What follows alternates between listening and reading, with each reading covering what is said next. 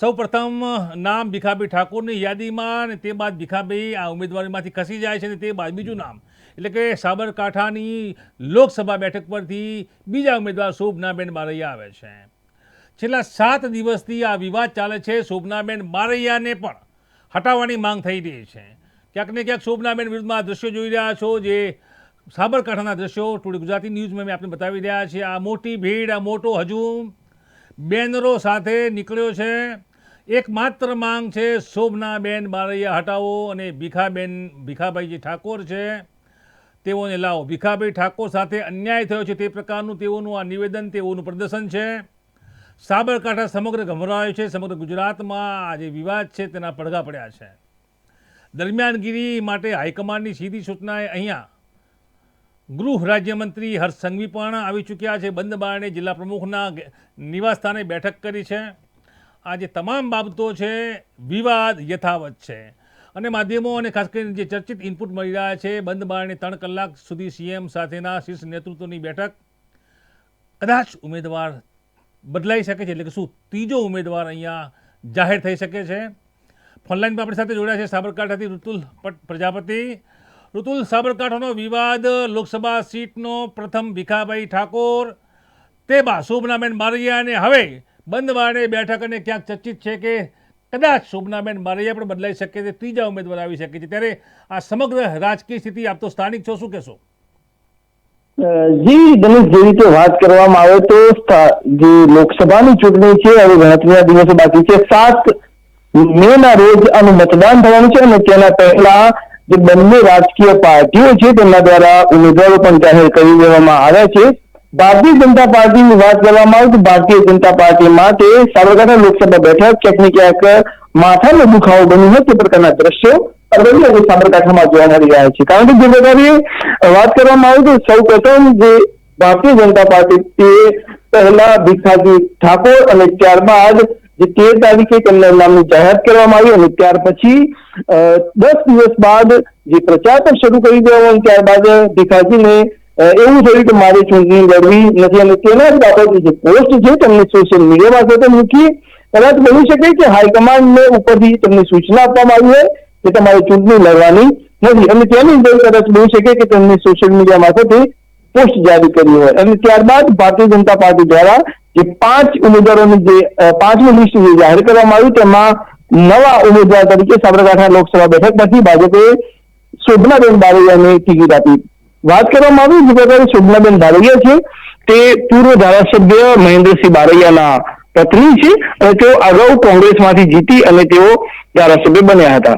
2022ની ચૂંટણી પહેલા વાત કરવામાં આવે તો જે મહેન્દ્રસિંહ બારૈયા છે તે ભાજપમાં જોડાયા હતા। લોકોનો એવો આક્ષેપ છે કે જે તમે આયાતી ઉમેદવારને જે ટિકિટ આપી છે તેમનો જે વિરોધ છે અને જે અરવલ્લીના જે લોકો છે એમનું કહેવું છે ભીખાજી જે ઠાકોર છે તેમને પહેલા ટિકિટ આપવામાં આવી અને ત્યારબાદ તમે આ પ્રકારે ટિકિટ લઈ રહ્યો છો તે અપમાન છે। સાથે જ વાત કરવામાં આવે તો સાબરકાંઠામાં એવા પ્રકારની હિલચાલ છે કે જે આયાતી ઉમેદવાર છે તેમને ટિકિટ આપો છો, જે સંઘના અને પક્ષના જે લોકો છે તેમને તમે અવગણના કરો છો અને આને લઈ જે ધમાસાણ છે તે સાબરકાંઠા લોકસભા પર જોવા મળી રહ્યું છે। વાત કરવામાં આવે તો જે પ્રકારે 2 દિવસ પહેલા ગૃહ રાજ્યમંત્રી હર્ષ સંઘવીએ પણ આ બાબતે જિલ્લાના હોદ્દેદારો અને પૂર્વ ભાજપના પ્રમુખ સાથે અને ખાસ કરીને ભીખાજી ડામોર અને જે પીસી બંદા ધારાસભ્ય છે તેમની સાથે બંધ બારણે કહી શકાય કે બેઠક યોજી, પરંતુ કદાચ બની શકે કે આ બેઠકમાં કોઈ સુખદ નિર્ણય ના આવ્યો હોય અને તેની જ લઈ જે રાજ્યના સીએમ છે તેમની સાથે આ હાઈ વોલ્ટેજ અને હાઈ કમાન્ડ સાથે વાતચીત કરવામાં આવી, પરંતુ તેમાં પણ સૂત્રો તરફથી માહિતી મળી રહી છે કે આ બેઠક પણ કદાચ કહી શકાય કે નિષ્ફળ નીવડે અને તેને જ લઈ કદાચ બની શકે કે આગામી દિવસોમાં કદાચ જો ત્રીજો ઉમેદવાર આવે તો લોકસભાના જે લોકો છે તેમને સ્વીકારવા પડશે। કારણ કે જે પ્રકારે ભીખાજી ડામોરને સમર્થન મળી રહ્યું છે તો સામે શોભનાબેન બારૈયાને હાલ કહી શકાય કે જે વિરોધ છે તે સંવાદનું નામ નથી લેતું। તેના જ લઈ કદાચ જો આગામી દિવસોમાં બીજેપી છે તે લોકસભા બેઠક પરથી ઉમેદવાર બદલે તેવું લાગી રહ્યું છે। જી ધનેશ। ઋતુલ, હું આપણે એક વાત કહેવા માંગુ છું, ટિકિટની ફાળવણી છે, લોકસભા ટિકિટ અને ભારતીય જનતા પાર્ટીની ટિકિટ એ ગૌરવની વાત છે અને આ બાબતે જ્યારે ભીખાજીને ટિકિટ મળી જાય તો એવું તે શું થાય છે કે ભીખાજી ટિકિટ પાછી આપે છે, એટલે કે પોતે લડવા નથી માંગતા એ પ્રકારની સોશિયલ પોસ્ટ કરે છે? શું ભીખાજી સાથે આપને કોઈ વાર્તાલાપ થયો છે કે કઈ એવી મજબૂરી અથવા મુસીબત આવી હતી કે પોતાને એવું શા માટે માનવાને કારણ બન્યું કે તેઓ હવે લડવું જ નથી? શું તેઓ કોઈ હારની તેઓને શક્યતા જણાતી હતી અથવા શું કોઈ અન્ય કારણ હતું? જે રીતે વાત કરવામાં આવે તો જે 13 તારીખે જે તેમને ચૂંટણી માટે લડવા માટે જે મેન્ડેટ આપવામાં આવ્યું, તેમનું નામ ઘોષિત કરવામાં આવ્યું, ત્યારબાદ તેઓના ચહેરા પર ઉમંગ હતો અને ક્યાંક ને ક્યાંક ફટાકડા ફોડીને પણ આનો જે નિર્ણય છે તેમને ટિકિટ આપવામાં આવી તેને જે વધાવી લેવામાં આવ્યો હતો. પ્રક્રિયા છે ટિકિટ મળવાની પ્રક્રિયા, એના પહેલા સેન્સ પ્રક્રિયા થતી હોય છે અને સેન્સ પ્રક્રિયામાં તમામ પ્રકારના જે દસ્તાવેજો છે, કારણ કે તેમને જે જાતિ લઈને જે પ્રકારનો વિવાદ ઉભો થયો હતો અને આ વિવાદ છે એ ક્યાંક ને ક્યાંક ઠાકોર અને ડામોર વચ્ચેની જે જ્ઞાતિનું સમીકરણ છે તેને લઈને પણ જોવા મળ્યું. કદાચ સેન્સ પ્રક્રિયામાં આ પ્રકારની વાતચીત થઈ હોય, તેને લઈને તેમના પુરાવા પણ સેન્સ પ્રક્રિયામાં આપ્યા છે અને તે હાઈકમાન્ડ સુધી ગયા છે અને ત્યારબાદ તેમના નામની જાહેરાત કરવામાં આવી. તો કહી શકાય કે જે પ્રકારે આખો જે મામલો છે તે જ્ઞાતિગતને લઈને તો બની શકે, પરંતુ ક્યાંક ને ક્યાંક જે આ પ્રતિક્રિયા વોર શરૂ થયો અને ત્યારબાદ સાબરકાંઠામાંથી જે પ્રકારે વિરોધ, સોશિયલ મીડિયામાં જે પ્રકારે મેસેજો થઈ રહ્યા હતા અને તેને જ લઈ કદાચ બની શકે કે હાઈકમાન્ડે તેમને જણાવ્યું હોય કે તમારે ચૂંટણી લડવા નથી. કારણ કે તમે જુઓ તો વડોદરામાં રંજનબેન સાથે પણ જે પ્રકારનો મેસેજ એ જ સેમ ટુ સેમ જે અક્ષરસહ કહી શકાય કે નામમાં જ ફેર હતો, બાકી જે અક્ષરો હતા જે ટ્વીટના તે બની શકે કે હાઈકમાન્ડમાં થયો, કારણ કે અનિચ્છા દર્શાવતા જે શબ્દો છે એ બંનેમાં સેમ છે. એટલે કહી શકાય કે હાઈકમાન્ડમાંથી એમને કહેવામાં આવ્યું અને ત્યારબાદ તેમને પોતાનો નિર્ણય બતાવી અને ચૂંટણી ન લડવાની શક્યતા એમને બતાવી હોય. પરંતુ હાલ પૂરતી વાત કરવામાં આવે તો ભીખાજી ઠાકોરે એવું પણ કહ્યું હતું કે જો પક્ષ મને કહેશે તો હું ચૂંટણી લડીશ. તો બીજા સૂર પણ એવા છે કે મારે સમાજમાં કામ છે, હું સહકારી સંસ્થાઓમાં છું, મારી જોડે ઘણા કામ છે, એટલે મેં હાલ પૂરતો આ નિર્ણય સ્થગિત રાખ્યો છે. પણ બેવડી વાત જોવા મળી રહી છે. સમર્થકો એક બાજુ તેમને ટિકિટ મળી તે પ્રકારની વાત કરી રહ્યા છે. આપને શું ભીખાજી સાથે સીધી વાત થઈ છે કે આપે ટિકિટ મળ્યા પછી શા માટે પીછે હટ કરી? શું આપ સાથે કોઈ કોન્ટેક્ટ થયો, આપથી સીધી વાત કોઈ સંવાદ થયો હોય અથવા આપની સાથે એવા કોઈ આપને ઇનપુટ મળ્યા હોય કે ભીખાજી ઠાકોરે પીછેહટ શા માટે કરી? આ એક મોટો પ્રશ્ન છે. ભીખાજી ઠાકોર પોતાના નિવેદનમાં જણાવે છે હું પાર્ટીની સાથે છું, પાર્ટી કહેશે કામ કરીશ, પરંતુ ટિકિટ મળી છે. ટિકિટ મળ્યા પછી તેઓ સોશિયલ મીડિયામાં હું લડવા નથી માંગતો તે પ્રકારની વાત કરે છે. આપને ભીખાજી સાથે કોઈ વાત થઈ અથવા એવો કોઈ ઇનપુટ કરી કે ખરેખર ચોક્કસ શું કારણ હતું? ચોક્કસથી વાત કરવામાં આવે તો ચોક્કસ કારણ હજુ સામે નથી આવતું. સામે પક્ષે એવું કહેવાય છે કે મને હાઈકમાન્ડ તરફથી એટલે કે ઉપરથી શીર્ષ નેતૃત્વ તરફથી આ પ્રકારનો મેસેજ કરવામાં આવે છે. તો સાથે તેઓ પણ હાલ એવું કહી રહ્યા છે કે હું પક્ષ કહેશે તો હું ચૂંટણી લડીશ. એટલે કે અસમંજસનો માહોલ છે. ચોક્કસથી ભીખાજી છે તે પોતાનો સ્ટેન્ડ ક્લિયર કરતા નથી.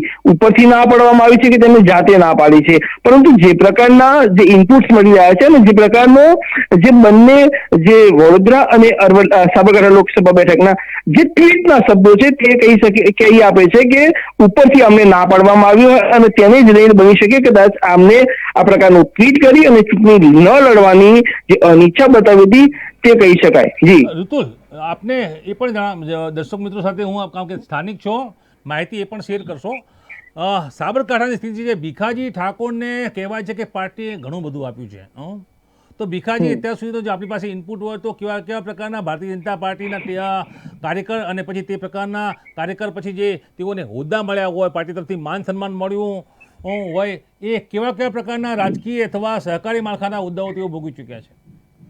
ચોક્કસથી તમે જે રીતે વાત કરવામાં આવે તો ભીખાજી ઠાકોર છે તે સહકારી અને અહીંની જે લોકલ મંડળીઓ છે અને એપીએમસી છે તેમાં પણ તેઓ હોદ્દા ધરાવી રહ્યા છે. હાલ સાબરકાંઠા બેંકની વાત કરવામાં આવે તો સાબરકાંઠા બેંકના તેઓ વાઇસ ચેરમેન છે, સાથે જ મેઘરજ એપીએમસીના તેઓ ચેરમેન છે અને વાત કરવામાં તો અરવલ્લી ભાજપના તેઓ મહામંત્રી તરીકે અત્યારે હાલમાં જે સેવાઓ છે તે આપી રહ્યા છે ને એમનું કહેવું છે કે મને પાર્ટીએ ઘણું બધું આપ્યું છે, પરંતુ જે રીતે ટિકિટ બાદ ટિકિટ લઈ લેવામાં આવે છે અને તેને જ લઈ તેમના જે સમર્થકો છે તેમના આમાં જે પણ અસંતોષ છે તેમને ટિકિટ મળે તે પ્રકારની માંગણી તેઓ હાલ પણ કરી રહ્યા છે.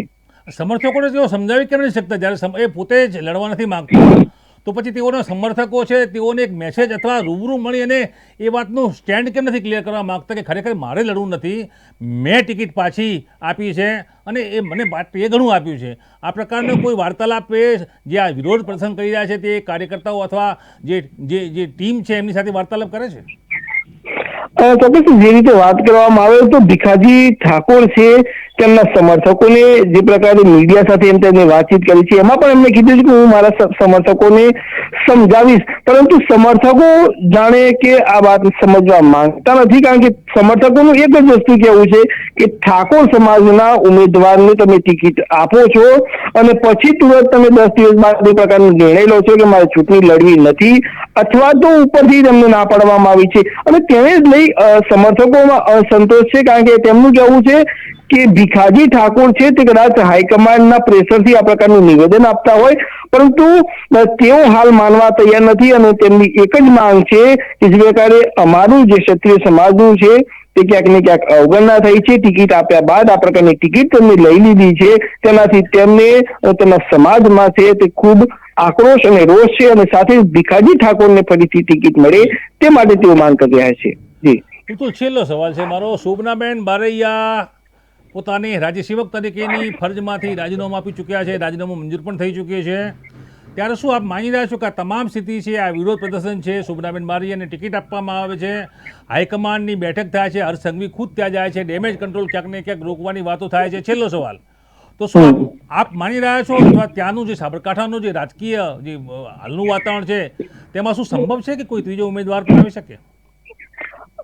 ધનુષભાઈ, વાત કરવામાં આવે તો આખો જે વિવાદ છે, પહેલા ભીખાજી ઠાકોરની ટિકિટ આપવામાં આવી છે, તેમને બંધ કરી અને ત્યારબાદ કોંગ્રેસમાંથી 2 વર્ષ અગાઉ ભાજપમાં આવેલા મહેન્દ્રસિંહ બારૈયાના પત્ની છે તેમને ટિકિટ આપવામાં આવે છે. તેઓ શિક્ષક તરીકે ફરજ બજાવતા હતા અને ત્યાંથી તેમને રાજીનામું આપ્યું છે અને ત્યારબાદ તેમને ભારતીય જનતા પાર્ટીએ ટિકિટ આપી છે.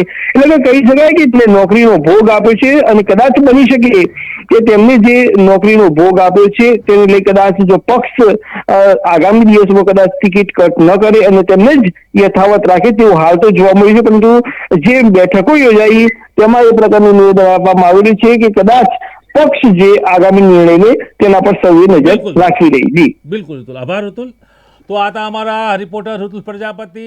સાબરકાંઠા વિવાદ બાદ ભીખાજી ઠાકોરે પાર્ટીને સમર્થન જાહેર કર્યું છે, ત્યારે ક્યાંક ને ક્યાંક કાર્યકરો વિરોધ કરી રહ્યા છે. શોભનાબેન બારૈયા ભારતીય જનતા પાર્ટીના સાબરકાંઠાના ઉમેદવાર લડી રહ્યા છે, પ્રચાર કરી રહ્યા છે, વિરોધ વચ્ચે પણ પોતાનો પ્રચાર કરી રહ્યા છે.